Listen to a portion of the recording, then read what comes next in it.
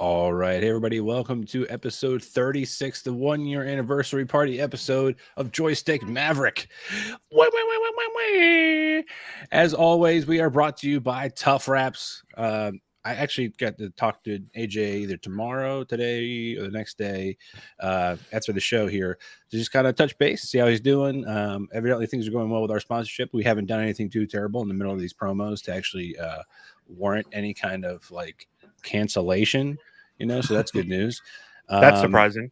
Yeah, I was totally like, man, I've been off the rails. You must not watch the show. But I didn't, want to call him out for it.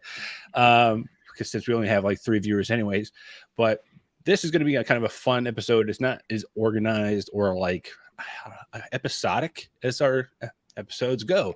Usually we have these same exact segments, things like that. This one's going to be more about like, hey, what's happening the past week? Let's look back in the year previous, reminisce, and then kind of do a little bit of a discussion about what's going to happen hopefully in the next year. We can do a lot of like planning. It's really about the execution. So this episode, when we look back next year, it'll be like, did we do those things? Nope. But hopefully we can make some action items and at least laugh at the things we didn't do. So as always, I'm joined by my favorite co-host, Dom Irvin, and our man in the chair. There he is with a high definition camera, not potatoes. It's him live in the flesh. Look at him. No potatoes. No potatoes. I'm trying to catch up on the gray in your beard, and I'm trying to get in the curliness of Dom's beard. I'm halfway there. I actually brushed it right before I came on the stream because it was just so out of control. But I think it's that time of year, right? We got to start getting the neck beards involved. Just got to get it all out there. Well, I'm thinking about just getting rid of it. Oh, no stash, no nothing, just straight. I think that's a good idea. My hair is like down to here, like I don't know if you can see it, but it's like super long. And get rid of the beard, have long hair, be a real like embrace the hippie lifestyle. Yeah, do the Ethan Hawke from Moon Knight look. Yeah, there we go. Oh yeah, I understand what that was, and I'm not very happy about it. We're kicking it off what already. What do you mean? Ethan Hawke looks good in Moon Knight. He looks like he's 80 in Moon Knight. Yeah. You look like you're 80 right now. I'm going to headbutt you. I'm going to help you bleed. Hemophilia. It'll never stop. Why won't it stop? But to be fair, he did just come off of that one like scary movie where he had to kind of look like that one known murderer. So maybe it was just a weight thing.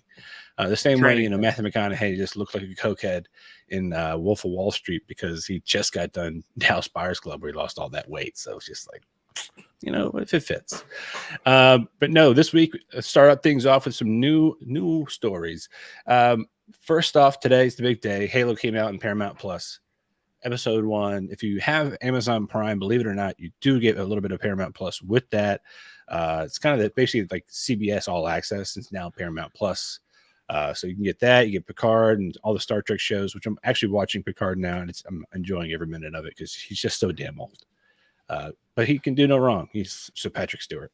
But yeah, so far in the first 20 minutes or so of Halo, the way it's kind of spelling out is it's going to be like Master Chief is kind of a secondary character in this episode. Where it's not just like immediately you jump into battle. It's definitely world building, which I like that because it's pretty much a prequel, right, to the first Halo game, right? It's building up the world, the ecosystem. It's trying to build this mythos around Halo and explain what Halo is. Whereas in the game, you're just like, Halo, I get it. It's a ring in space. Got to go on the ring in space. And then you kill bad guys, right? That's every game. And I was trying to like explain what it was to Michelle earlier, and then I remembered the latest season of Book of Boba Fett where Mando was on a Halo ring, and just how ridiculous that was. So it's if you haven't played Halo, but you've seen the Book of Boba Fett, you pretty much know what a Halo ring is already. So, do we know where that show falls in the timeline? Because I heard. Yeah, that's what I thought. I thought I heard that it has nothing to do with the games. To do with the games. Yeah, other than conceptually, with Master Chief and Spartans and stuff like that. So it's not canon at all, or just like no, that's gross. Yeah, so like, why? What's the point? Yeah. Why? I mean, I know they're gonna have. They already got the Covenant. Like the first spoiler alert in the trailer is the Covenant, and then the like that bug infestation thing from Halo 2 or 3 or whatever it is. Right. That's already been featured in the trailer. So at least it's loosely based on the universe. Highly based, but not in the storyline. But next up, I don't know if you guys had the chance today to actually do the riddles from Rata Alada. They were pretty poignant. It's if you're already going knowing that it's a Joker clip that you're going to see, spoiler alert, no banner, but 3, 2, 1, spoiler alert. If you don't know that already, then you're kind of going to be a little bit confused. But if you do know, then at least you get to kind of point your questions in that direction. One is like this: it's not a joke, but if you say it twice out loud, you really mean it, and it's the word ha ha, right? The next one is something about a punchline, and then of course, to wit, this card is always a little wild, and it's Joker, right? So then you get your clip of the Joker, which is actually pretty great. Do you guys have a chance to watch it? Oh yeah, Yeah, dude. I'm actually pretty pumped for the treatment. I was really not into the Joker stuff in the movie. correct. Oh, And yeah. then I saw this and I was like, all right, this fucks. I'm in. This is good. I like Barry Keoghan a lot. For like graphic comparison, his nose in the movie from that silhouette was like this big. Yeah. It was the size of a Coke can. And then in this like clip, I'm like, okay, this is much more reasonable. I just had a big nose and now it's eviscerated by acid nose. Yeah. Yeah, Like- it's acid or burn. And I kind of hope they go down the route that Batman created the Joker. I would like that. I would like that a lot. Where in that first interaction, there was something that happened to cause this guy to become this legend, right? Right. Something happened, an accident, fell into the vat of acid, got burned, but Batman actually creates the Joker in this world, which would be That's essentially what happened in the Tim Burton Batman, right? Where yeah, Joker is just a gangster, and then he gets knocked into a vat of acid by Batman. Yeah. Like it's Jack Napier. yes, You ever exactly. dance with the devil in the pale moonlight? I love the clip. I'm enjoying the continue. We talked about this before the movie even came out. How when movies or like the marketing team involves something that's kind of clever before a film comes out, I really enjoy it. Jason Bourne, the Bourne Identity, like movies part 2 and 3, they had something similar to that. You had to actually know like Linux and Unix to actually use a terminal to try to figure out a file system to figure out the location, that kind of stuff. This is kind of similar to that. You at least get to use your brain, and I was really happy to like Google search if people have put the answers out there yet, and like the top 4 results for one of them was wrong. Like somebody was out there just putting out the wrong answer to fuck with people, and I'm all about it. So I appreciate that whoever's been doing that. Keep it up. Next up, Misha Collins is cast as Harvey Dent in the CW's Gotham Knights. This is 2 how things. you get me to watch a show. Yeah, This is how you get me to watch the show. I mean, I knew the game was coming out. I didn't know there was going to be a show. Yeah, I didn't either. Can somebody explain this to me? Like, what is this a show based on the same concept as the game? I think so. I mean, That's my question.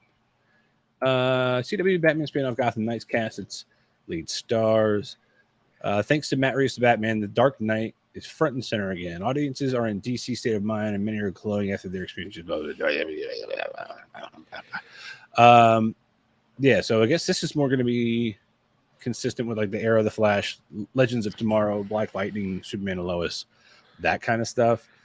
I'm So definitely curious essentially where this is one gonna fall. step up above Riverdale.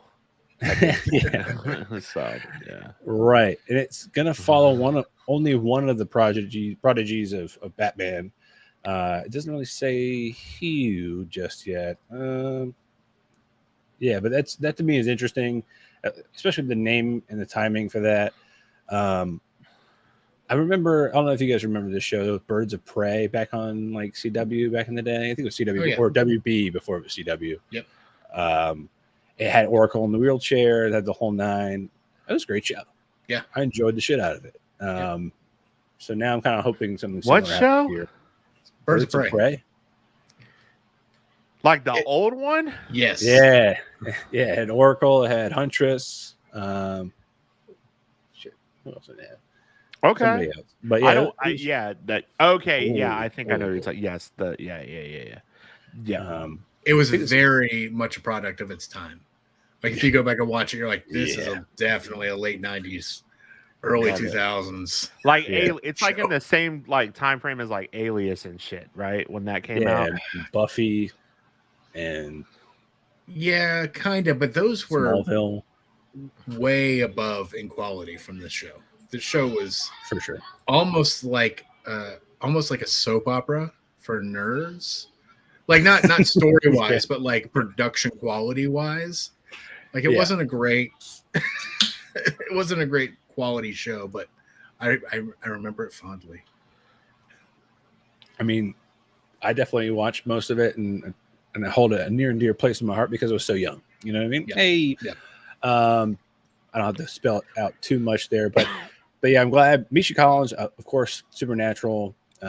His character started out as like was supposed to be like a 5-episode one-off, and suddenly he made it to the end of the show.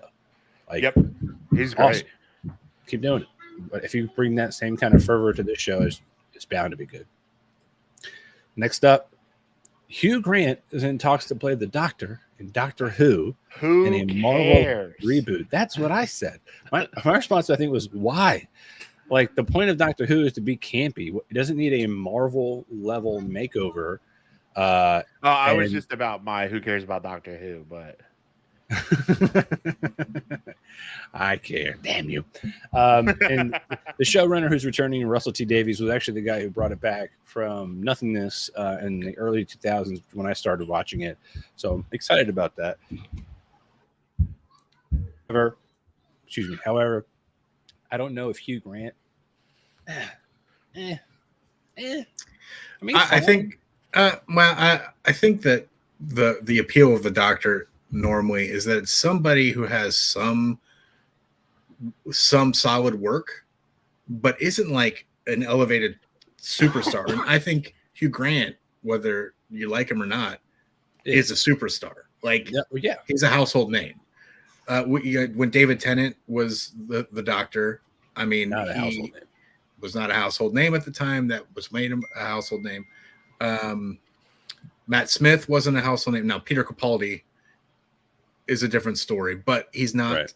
I don't think he's near as famous as Hugh Grant. Christopher Eccleston. Yep, same thing.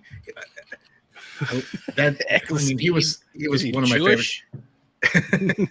Is that not his fucking name? I think it's Eccleston. I don't think there's a Stein at the end of his name. I don't watch Doctor Who. But do you watch Heroes? Did you watch Heroes season 1? Because he was in that. He was the Invisible Man. Yep. Yeah, buddy. I don't remember that. Yeah. That, by the way, Heroes I love that so season just ago. because of all the like nods to things. Doctor Who, Claude Rains was the original Invisible Man named character, or like the license plate on the limousine that God damn it. The guy who could jump through time, his father was played by Sulu, and the license plate was NCC 1701 for Enterprise. So like little nods like that. Yeah, that's it. Oh my. But yeah, so again, why do it? But if you got money, put it wherever you want. I think it's funny that Russell T Davies is coming back, because by the end of his run, people were kind of tuned out of Doctor Who. And who took over for him again? What was the guy's name? Stephen Moffat. People like I think wrote Blink, right? Like, which is the most famous Doctor Who episode there is. It's the one I tell everybody to watch. It'll get you hooked. So people were super stoked to have him become the showrunner, and now people are kind of over it, and they're bringing Russell T Davies back. I don't know. We'll see how it goes. Yeah, I would love that to be a leapfrog for the next 30 years. Just people, like, they just keep doing that back and forth. Somebody gets a break, and they have like a little bit of a life, and they come up with new stories. Yeah, and they come back for more. Next up is a show you guys don't watch. So here's real quick. Are they gonna, if they're gonna do the Marvel remake of the Doctor Who, are they gonna fix the special effects? Because I might watch it at that point. I mean, it's kind of what makes that show. Is it real? Like y'all are some. I know y'all love some Doctor Who. It's what makes that show unique. I'll say. I'm not saying it makes the show good. It's what makes it Doctor Who. Like what was the face? The face of Bo. Yeah. Terrible, but awesome. But the storyline for the face of Bo is incredible. Fantastic. Yeah. The payoff for that story. Yep. Hell yeah. But no, I hope they do it justice. If it's just Hugh Grant chewing the fat for an hour, I'll still watch it. I'm not going to miss the storyline, but like I'm not going to enjoy it. Next up is Raised by Wolves season 2 finale hit this past week. That show is fucking bonkers, man. Like I know you guys haven't watched it, or maybe you watched a little bit, or maybe you didn't, and maybe got bored with it. Fuck, that show's fucking weird. At this point, if you think something shouldn't work, or you think a creature shouldn't be able to do a certain thing, like eat a tree, and then cause it to evolve into a more dangerous creature, it happens anyways. What in the Elden Ring acid trip bullshit is this? Yes, dude. I'm telling you, the first season you watch it and you're like, oh, it's a bunch of religious zealots. Second season, things are off the rails. You got creatures coming out of acid oceans. You got a baby being born. One of those creatures coming up, snatching the baby, putting it inside of their belly through an open mouth, like basically internal mouth in their stomach, to protect it from the acid ocean. Bizarre, bro. Bizarre. Cool. Yeah. So it's written by Kojima. Basically. What it sounds like. It sounds like Death Stranding, the TV show. Yeah. It's one tentacle sex situation away from being hentai, and I'm just like, oh my god. But yeah. Where can I watch this? HBO Max. It's crazy. Tekken Bloodline is coming to Netflix. I don't know. I guess when are we gonna get the fucking Devil May Cry show done by the same people who did Castlevania? Like it's like baby steps, right? Like we get Castlevania, we should be happy and high-fiving about it, and then we get Tekken, we should like. The problem is if Tekken like gets only about half as good as Castlevania. Do you remember the Tekken live action movie? No. Yeah, it was bad. I would love to see Devil May Cry, but the people who did the Keanu Reeves Constantine movie, or Constantine, because that was Devil May Cry. Oh yeah, absolutely. That would be terrible, actually. That would be incredible, I think. Yeah. I just love that Keanu Reeves really wants to come back and play that character. He should. And has said that shit and is like, they're like, what's one character that you want to come back? And he's like, dude, I just want to play Constantine again. Yeah. I think there's room for him in the universe. I'm okay with it. Yep. It's not the character. It's not Matt. What's the guy's name? Matt Ryan. The blonde British guy. Right. Yep. But at the same time, there's room for both. We've got a Batfleck, we've got a Robinson, we've got room for everybody. Next up is Riddler Year One. Robert Pattinson can act his fucking ass off, dude. God damn, he can. I keep thinking about it. Like you see him in Harry Potter, and you're like, man. Then you see him in Twilight, and you're like, man, you can't act. And then you see him in everything else he has done, everything else, and you're like, fuck, that guy can act. He's like the opposite of Kristen Stewart. Like Kristen Stewart did a bunch of bullshit movies after that, and then apparently destroyed in Diana, killed that movie. It was so good apparently, but yeah, Rob Pattinson can act. One other shout out, Kristen Stewart. Shout out her because what was another one she did recently? Underwater. I don't know if you guys saw that. Yeah, it was like Alien. Yeah, or like Abyss, right? Yeah, it was. I thought it was sweet. it was awesome. She did a great job of that one too. Of course, she had a bunch of support actors that were just ridiculous. But yeah, any Year One books that come out, Superman Year One, Batman Year One, I'm always up for it. Riddler Year One, and I like it specifically because from the perspective of the Paul Dano Riddler. I think Paul Dano is writing it. No shit. Yeah, he is. You may want to double check that. Yeah, but I'm pretty sure he is writing it. Yeah. Talk about committing to the role.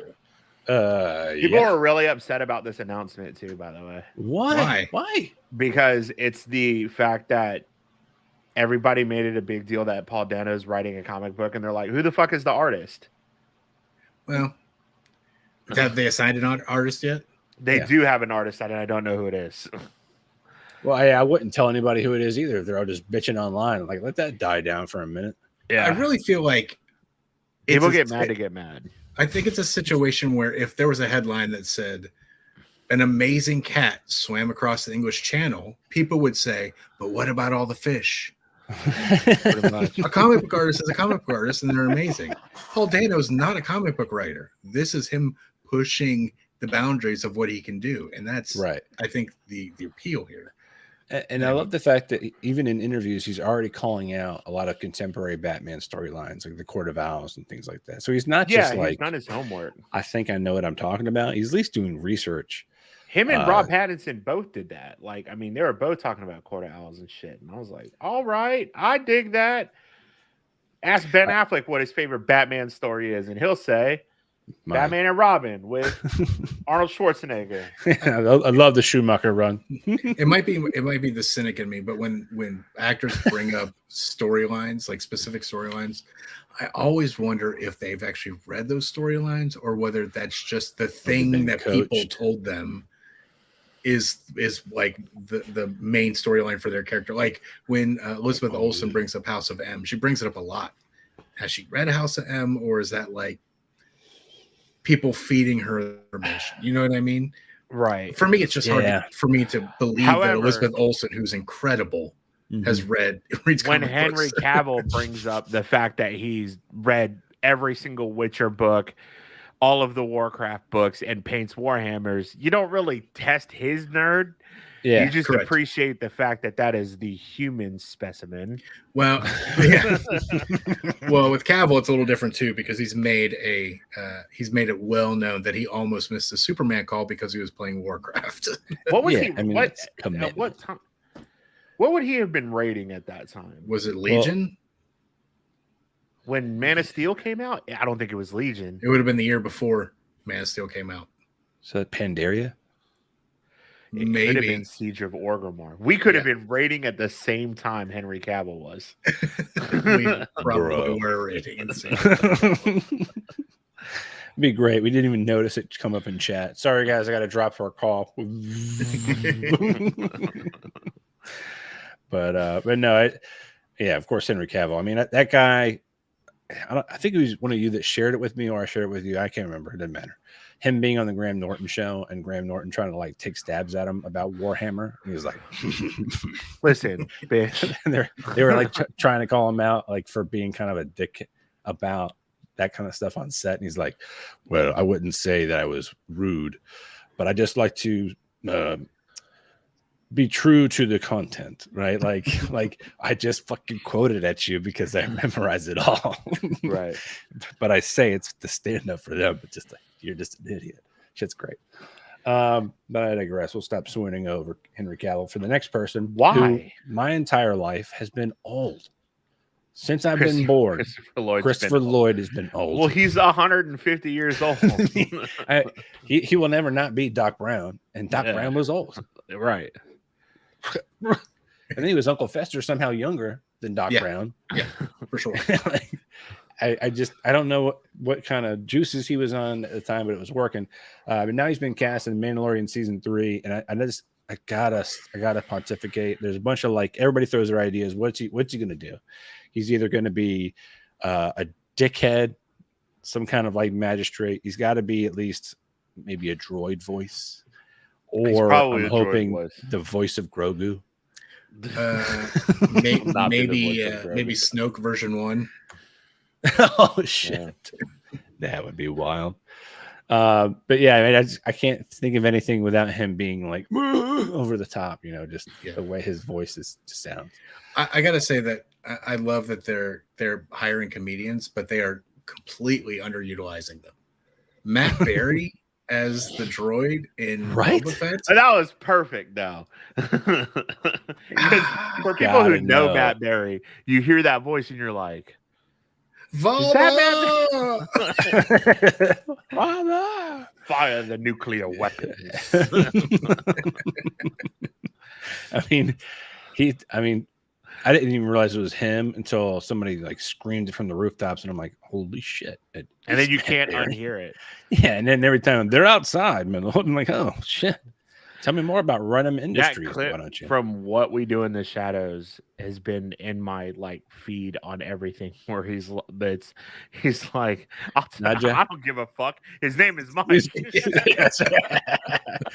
I will not tell you who threw on this horrible abomination of a party. I don't give a shit. It's fucking Mike. Fuck him. Yes, fuck you, Mike. But through the history of those shows, you've had Bill Burr, Richard Iowati. No, Bill Burr was an actual actor. Richard Iowati was the assassin droid in season 1 of The Mandalorian. Is it just the who's the guy that plays Roy? He's going to be the next droid in the next season. Oh man, if Roy gets in there or like Moss, I don't want to do this. I don't feel like Richard Iowati was Moss. Oh my god, this is his real name. Yeah. No, it's okay. What is Roy's real name before I forget it? Chris O'Dowd. Chris O'Dowd. Oh, That's it. All right, I'm back on. He's doing anything. Yeah. Actually, he's been in a couple of random shit lately. Like Recently? Get Shorty, a bunch of like just random one-off things on like Hulu. The last thing I saw him in was Bridesmaids. No, he's been in stuff since then. Okay. But speaking of Bridesmaids, Kristen Wiig. Very good. That's the statement. There you go. Speaking of Bridesmaids, Maya Rudolph. Maya Rudolph. You mean Kamala Harris? It's pronounced Kamala. No. That's my favorite part of the Miss Marvel. Yes, exactly. That they're like Kamala, and it's like, no, it's Kamala. It's Kamala. All right. Use password. Who's excited for Moon Knight?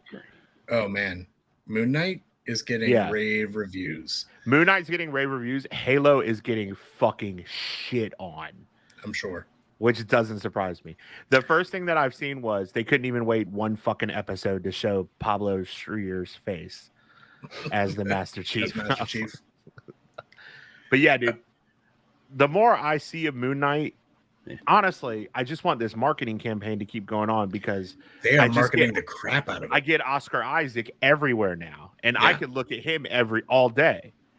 Did you see the clip of him seeing the kid on the red carpet in the Moon Knight costume? Right. He's like, this is, and like he was like completely down to earth and just awesome. And also looked like the whole snack aisle. Yeah, absolutely. And that camel skin coat. Yeah. And looking like a whole snack aisle. Camel skin coat. But did you see the waiting room video? Where the three leads of that show are just in a waiting room and they have to be in a waiting room until the show premieres because they can't talk to anybody about the show? No. It's wonderful. I bet it's awesome. I'll share it later. Yeah, so share it. His friendship with Pedro Pascal is my favorite thing in the whole wide world. I love both of them. I think they are both my favorite actors at this point. I want Pedro Pascal to play Richard Rider in the Marvel Cinematic Universe. And we didn't put it in the show because I think it just got announced today, but they did announce a Nova project today. Yep. People are all about trying to get Andy Samberg in there to play. Just have him replace Chris Pratt. Who did we say last week that they should replace Chris Pratt? That's a lot of R's in one word, so I'm having trouble with it. In which thing? We were talking about something. No, it's specifically in Guardians of the Galaxy. Was it Mads Mikkelsen? We were just saying. No, it wasn't Mads Mikkelsen. It was like a comedic actor. We were like, just have him replace. Oh, it was who tried out for The Office, not Office, for Parks and Rec, for his character and didn't get it. Somebody. I was just like, he should just replace Chris Pratt. We all know Star Wars is going to die in the next movie anyway. Right.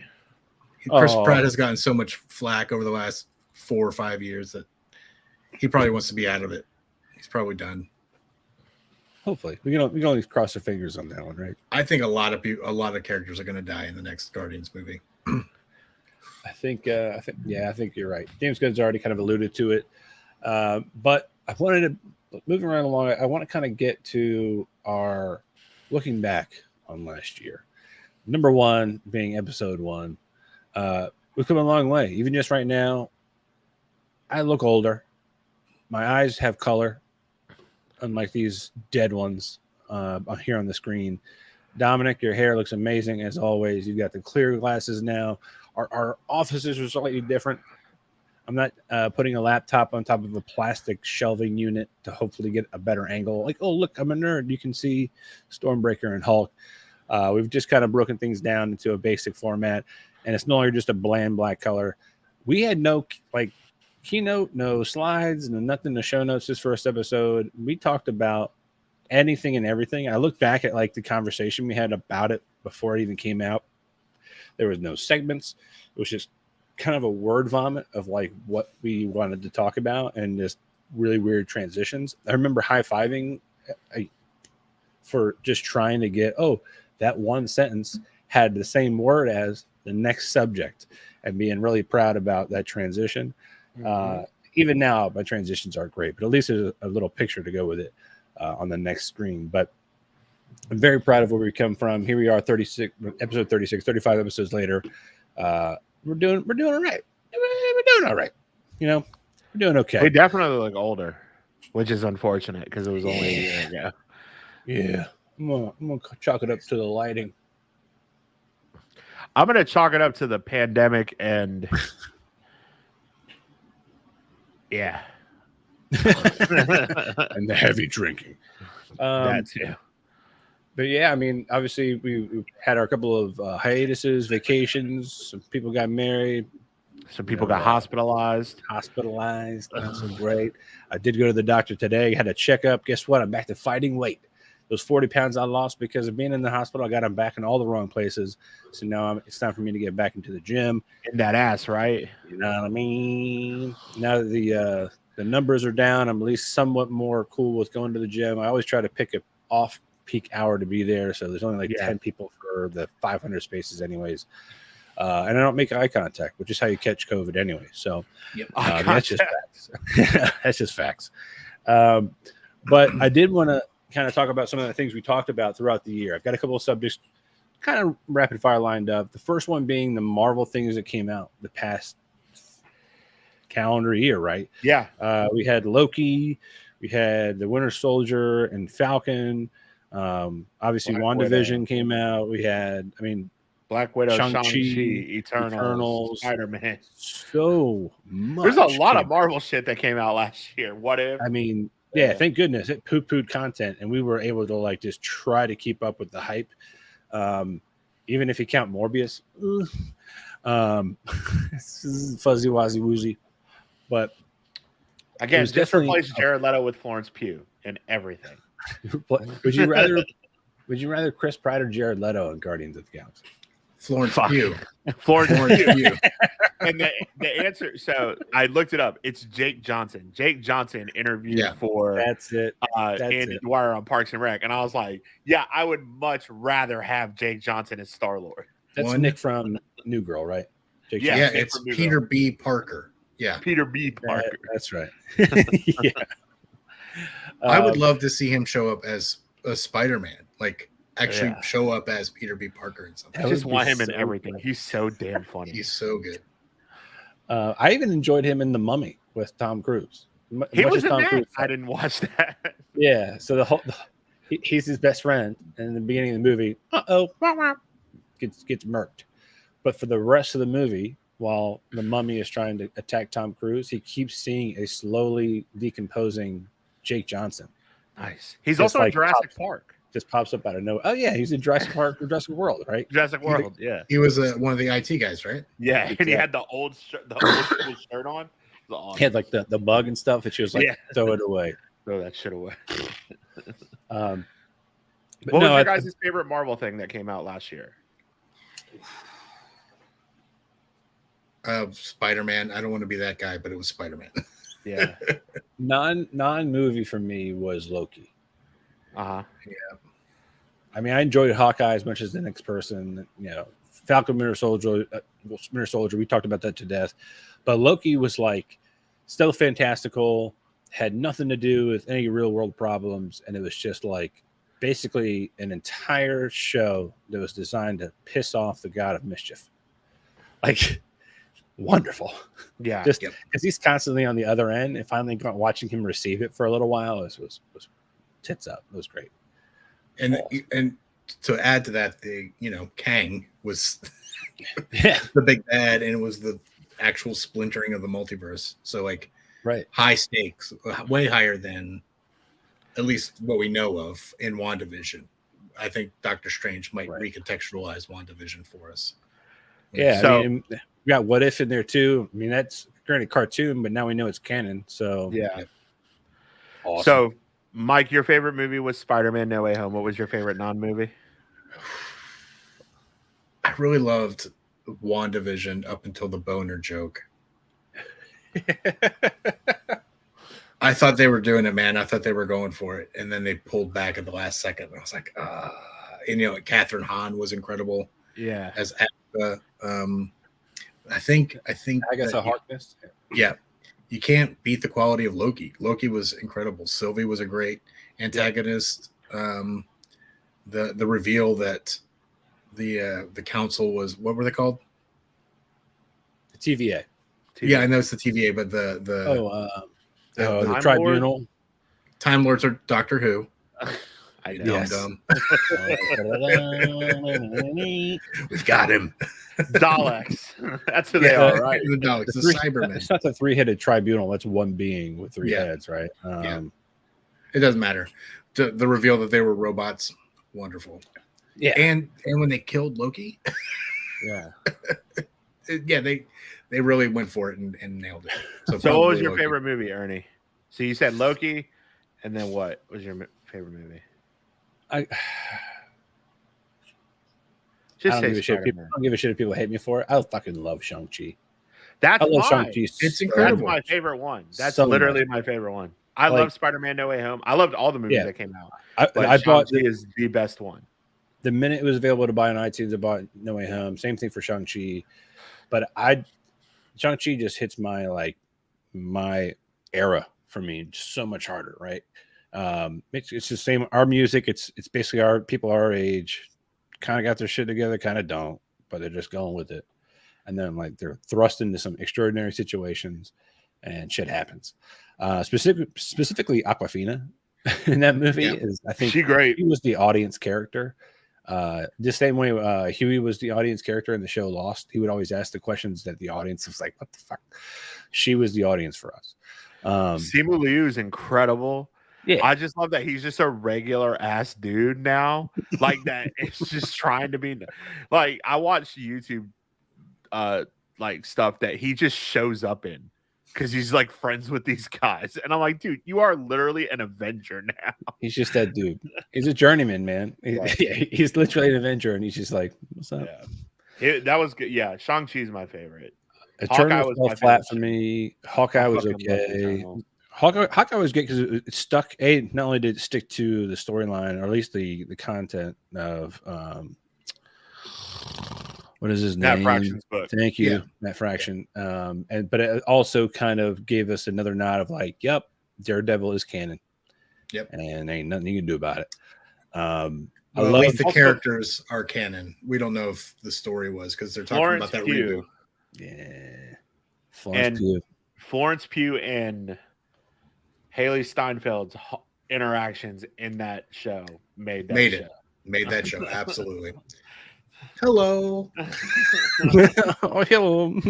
Your mac and cheese is really good. Are you done? I can add hot sauce. That's just wonderful. But I did actually. I really like the.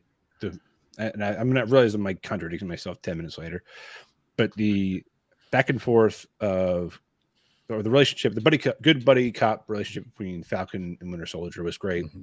one battling PTSD, one battling the fact that the Avengers don't get paid, and the truth of he was out there just doing it because he's a good dude. Like that to me really earned the shield for me in my eyes as far as that character is concerned. Same way with just like his quickness to be like, if if you were offered the serum, would you take it? And he's like, no, because he's thought about it. Like, what if I just stuck Captain with a needle and just drank that blood real quick? Would I turn into a super soldier? He's thought about it, but to him not need to do that is huge. It just shows how much he's as a character in his own right. Sebastian Stan and Anthony Mackie have really great chemistry on screen. Yeah, they have it off screen too. I don't know if they're so fucking hate each other, or if they're just like no, they love each other. They hate Tom Holland. They hate Tom Holland. So great. Even now, that joke still hits because I think Sebastian Stan was interviewed during the Spider-Man No Way Home stuff, and he's like, "Yeah, I don't really like to go see movies that Tom is in." Like, wasn't he in Civil War? Like, yeah, I didn't watch that either. When it comes to Falcon and Winter Soldier, though, I like the Isaiah Bradley introduction. Yes. That whole storyline that talked about how essentially racist everybody is. America, and then and it just they went for it too. That show suffered from the pandemic because they obviously had to rewrite and re-edit stuff to make something out of to cut out the pandemic part of that show that was supposed to be kind of the through line for that, and they had to write around it or edit around it, and it kind of worked but kind of didn't. So no, but to your point, it's kind of the next thing for next year. I'm really excited about is this potential for the Young Avengers, with the death of General Ross. last week. I'm curious where the Dark Avengers is going to go. That's the name of the Thunderbolts in general. Thunderbolts, I think I think they're still going to move forward because you have Valentina. Julia Louis-Dreyfus's character is the one that's actually pulling all of them together. The Contessa. So, I mean, Contessa. Yeah. So I think that Really broke his brain just with that. Like, you did break my brain. Also, Julia Louis-Dreyfus broke my brain. So she's aged like fine wine. But no, she swears like a sailor too in Veep, and it's awesome. I can't wait for her. I say I can't wait for her to do that in this. It's obviously the PG universe, except for the Netflix stuff right now. But I'm excited for that. US Agent. I actually really enjoy Wyatt Russell. I do too. He's been fantastic in everything he's been doing lately, even the stuff on like Black Mirror or I don't know if you guys remember 22 Jump Street as Zook. His Black Mirror episode was crazy. So the video game. I tried to show my father-in-law that episode, and he was like, this is going to be boring. And all of a sudden the spider comes out of the wall with a face on it. And he was like, oh shit. He's like 70. Good stuff. But no, it's definitely, we've got a lot of things coming up in 2022, rest of this year, 2023. And speaking of things coming in 2023, now we're actually going to roll into the next big group of comic book centered releases, DC releases. So what came out last year? Two things. The Suicide Squad and Peacemaker. The Justice League, the Zack Snyder's Justice League came out. That's right. It was barely a anniversary, like a week ago, right? Like, yeah. Which I still have my qualms about. I gotta tell you though, the Suicide Squad and Peacemaker are fantastic. Watch it. I think that the Suicide Squad is fantastic. Well, I think the Suicide Squad was good. I am not enamored with anything that DC is putting out recently, other than the Batman. I really liked the Batman kind of brought me back in. I thought the Suicide Squad was good. I thought the Zack Snyder's Justice League was good. I hated the aspect ratio. Yeah, for sure. That was so fucking dumb. For my sure. biggest gripe, dude. And it was all black and white, right? I mean, no, they did a black and white version of it. Oh, yeah. I thought it was that all black added and white. more footage to it. It was noir, black and white. But DC is just falling flat, dude. I think the Flash movie's gonna fucking suck. They keep pushing it for a reason. That's what I'm saying. I don't think it's gonna be good. Aquaman 2 could get fucked because I don't really care. Well, he fucks fish, so right. Shut up, Barry. Shut up, Barry. I'm trying to even think like what else. Like the Shazam and Black Adam projects look cool. Like I am very excited for both of those. Shazam was like a sleeper hit. I loved that movie. It's a Christmas movie. It's a Christmas movie. That got pushed up this year to this year. So I'm where the curious fuck is Green Lantern? These fit together now. Like the DCEU is kind of, when they say extended, they fucking mean it, because I don't know where these things connect. They're cousins of another uncle twice removed. Like, who knows? It might be the same actor playing the same character, but that doesn't mean. Or people are saying that the Flash got pushed back because they're gonna want to like shoot in some Robert Pattinson stuff, and I'm like, don't do that. What? Yeah. Literally, don't do that. What? The whole damn theme of the movie universes are completely different between those two movies. Yeah. That Flash movie is very much in the vein of the Zack Snyder universe. This Rob Pattinson Batman movie, just keep it by itself. I don't want any other superhero shit in it.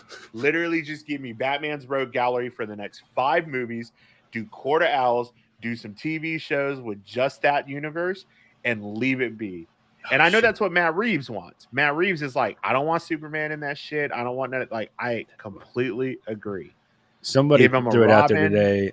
They wanted Mr. Freeze to be played by Michael Fassbender.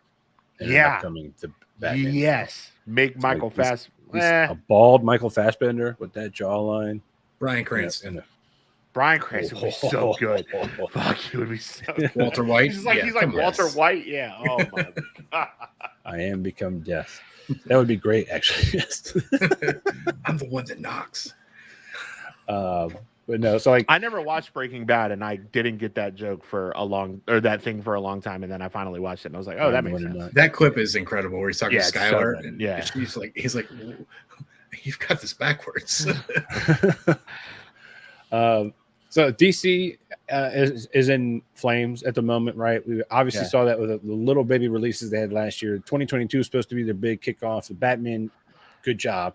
And then the rest of it just getting kicked in the shins right over to 2023. So they had that sweet trailer that was like the year of superheroes that came out, and then the day Batman came out, they pushed everything to 2023. Which was a week after that trailer came out. It wasn't even like it wasn't even like mid-year. It was like a week later. They're like, well, sorry. And then it still ran this year. Like during the openings of Batman, it still runs. Like no, it's not. I imagine being like the low-level person to put that footage together, and you're like, fuck yeah, man, they're gonna run this for like 6 months. It's gonna be all over the place. And a week later, they're like, nah, just kidding. They're like, fuck, are you serious right now? But I do have to use it again next year. They just changed it 2 to 3. Change the. I do have hope that because they came out and said that they want to focus on quality versus the connectivity between the movies, and I'm for that. I think that's great. I don't trust Warner Brothers to do it. I don't. Yeah. No. I really don't. Just stop trying to connect everything to the Robert Pattinson Batman movie now. Please, just leave it by itself. Well, and when it comes to connecting things, they haven't done the work. No, they're trying Marvel to jump in the middle. Like 15 years to build that universe. Though. Yeah, we're seeing a lot of what has already happened in the comic books during the 60s, 70s, and 80s, right? Like we've talked about the different characters that are basically the same person, right? With Deathstroke and Deadpool and that kind of stuff. Now they're just doing it with storylines. This multiverse is connected. Whoa, Bill, we should probably go try to figure that out. Yeah, Ted. Like it's just there are too many DC superheroes. There are too many DC superheroes for them to do that shit. And that's the thing. Like with Marvel stuff, they've done a very good job of paring back the amount of characters that are in that universe to do that. So like Civil War, take Civil War for an example. I mean, the Civil War comic book was like fucking everybody. It was the X-Men, it was the Avengers, it was like literally everybody that was involved with it.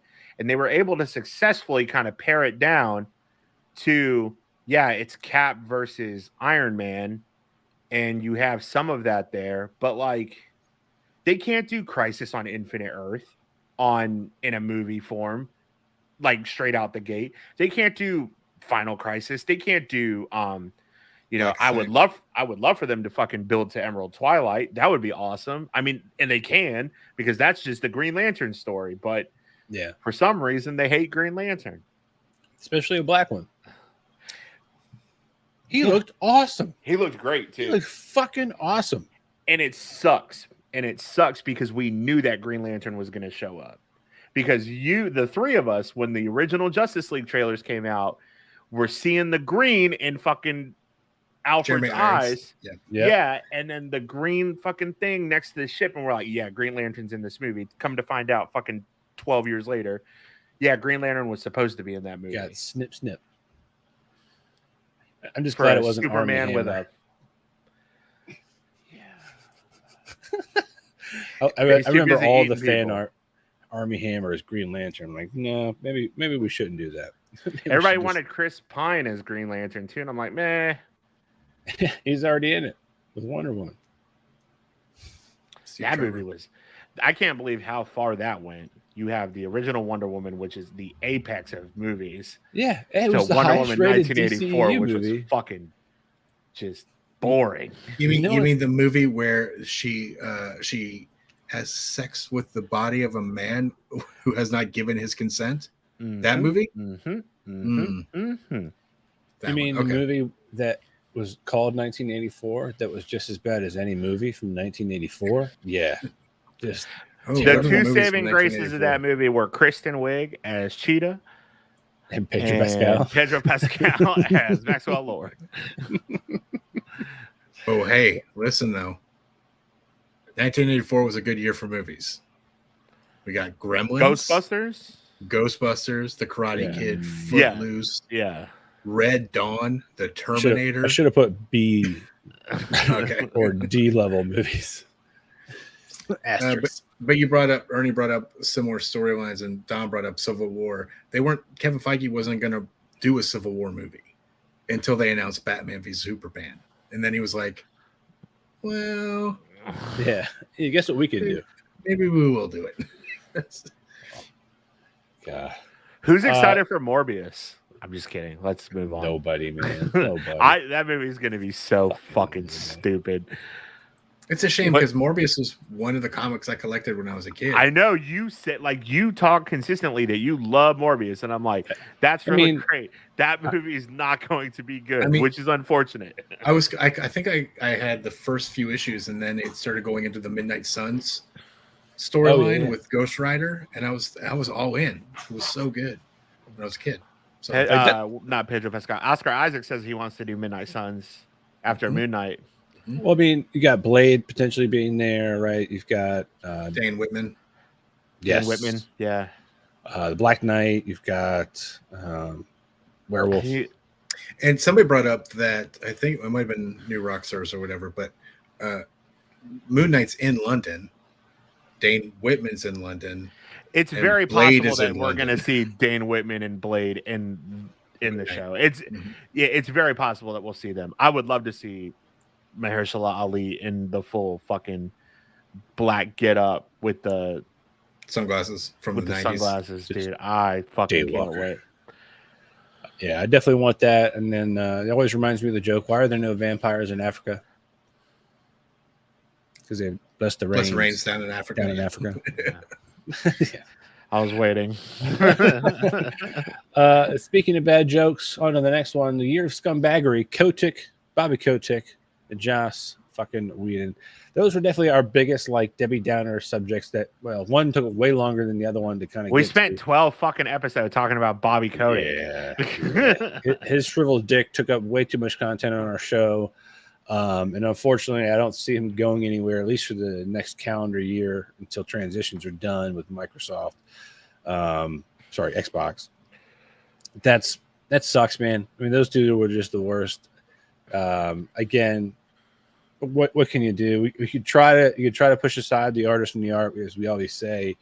There's some fun stuff that might be great with World of Warcraft, but to just give money still while that guy's still in power, it feels it's, what do the kids say these days? That's my ick. Yeah, that's my ick. Do they say that? What the fuck does that even mean? It's like makes you feel sick. Is my ick. It's like cringe. It's not fun in World of Warcraft that they're still doing the world's first race right now. And I think it's the second reset that's happened. Yeah. Is it because the volume's so low, or just like no, they're stuck at fucking jailer. Well, and I don't know if you've been following it, but they held the last 3 bosses.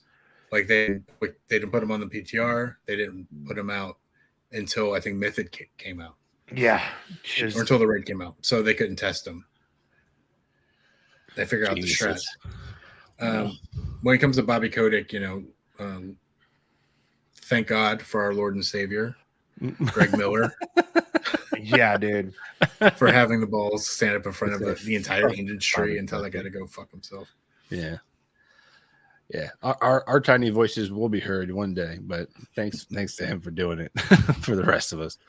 But yeah, same thing with Whedon. Obviously his travesty has been trickling across the Twitter sphere and every article that will potentially say it. I think it was a Business Insider article that really just shed the light on him. Just poo-pooed. It was an interview. Yeah. he couldn't even just fake being a nice person. Not for one interview. He's just himself. Be true to yourself. Yeah, fuck that. Don't. Not if you're you. Yeah. But I do want to bring up our I don't want to give them any more time. The next is the people that deserve more time. Our special guest is here. So we've had a bunch. Yeah, we've had a good fair amount. By any count, 20% of our episodes potentially have people on from something else. Mm-hmm. Maybe that's not right. Maybe that's like 10%. But we had Sam Burson from Terra Incognito. We had Sean, Sean, showing us his video game. We had Justin showing us his work. We had SoopurKul, who came on and schooled us on music and taught me that there's different kinds of music, not just kinds of music that you listen to, but music that you work to and dance to and think music that listens to you. Yes, it's puts it right back in you, and then of course we had our sponsor rep AJ on that one episode, just talking about the video gaming industry and how they're embracing the idea of not only just being great in the game but out of the game with fitness, which is why they're always a great sponsor. Makes sense if you think about it, folks. I might not be losing weight or gaining gains, but they're still a good sponsor for a reason.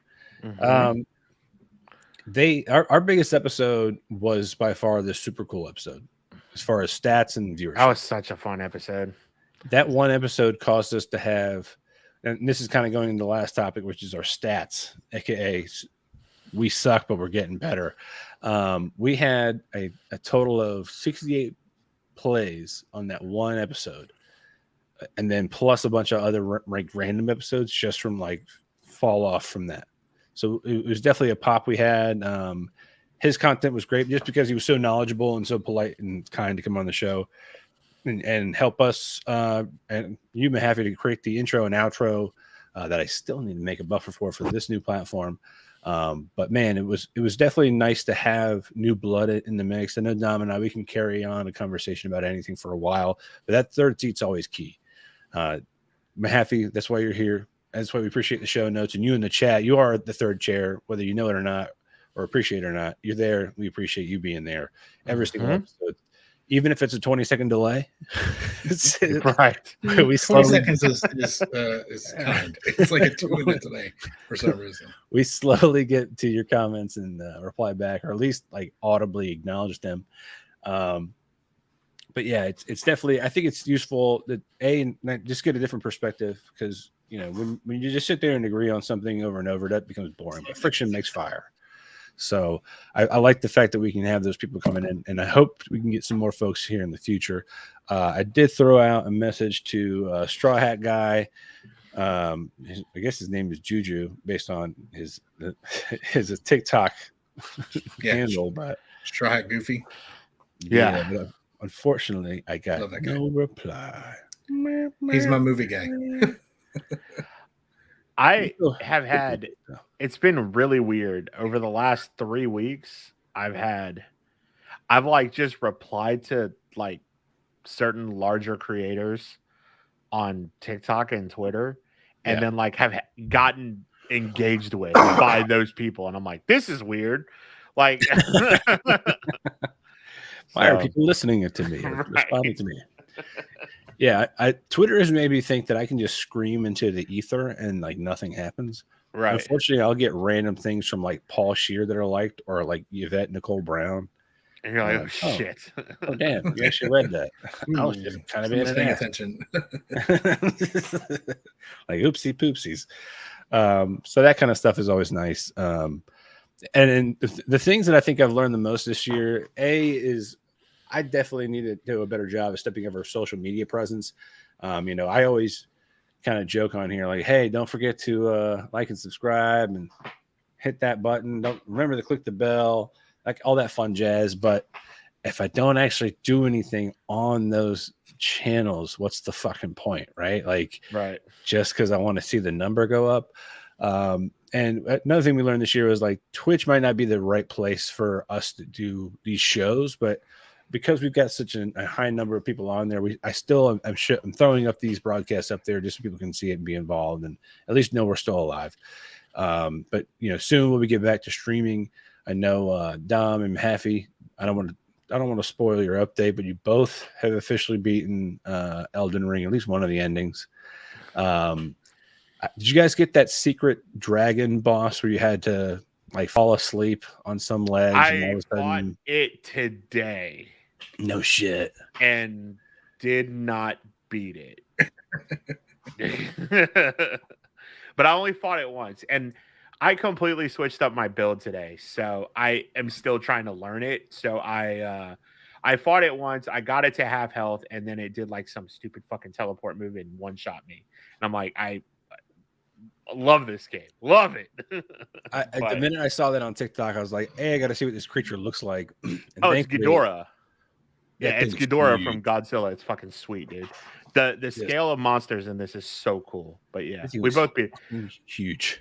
I think that the plan is now that like we're kind of moving into the daylight hours are longer and hopefully things kind of settle down at work. I'd like to probably do New Game Plus on stream and just kind of go through it, do some build crafting.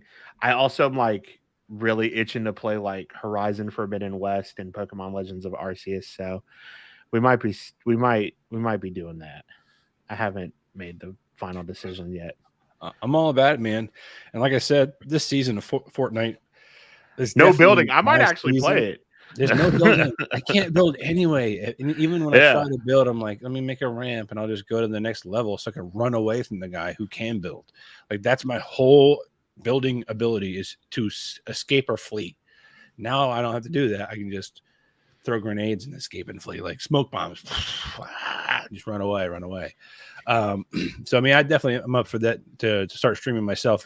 I got the freaking devices. I can do it. I've got the technology. I just got to start getting up a little bit earlier before the kid wakes up and just start playing. But no, I'm excited for what's coming next in this coming year. We've talked about a couple of different other like little podcasts and shows.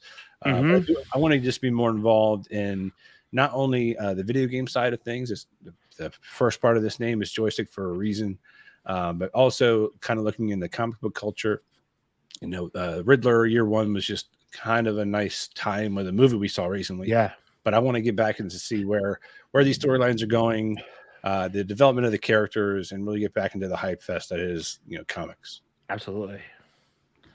Yeah, there's a series that just wrapped that I have a subscription to. I want to get through. It's The Death of Doctor Strange. Ooh. Yeah, and I'm pretty sure that I read that they pick a new Sorcerer Supreme at the end. So I kind of want to get through those issues. Is it Wong? No, I'm kidding. I don't. Yeah, he's not a sorcerer in the comic books. Yeah, he's not a comic book.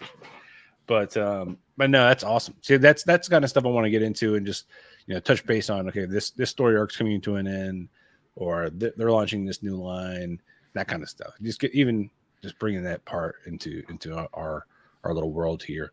And if you are a writer or a blogger or just have your own ideas on a show and you want to join our little family here, you don't have to be on this show. You can do your own.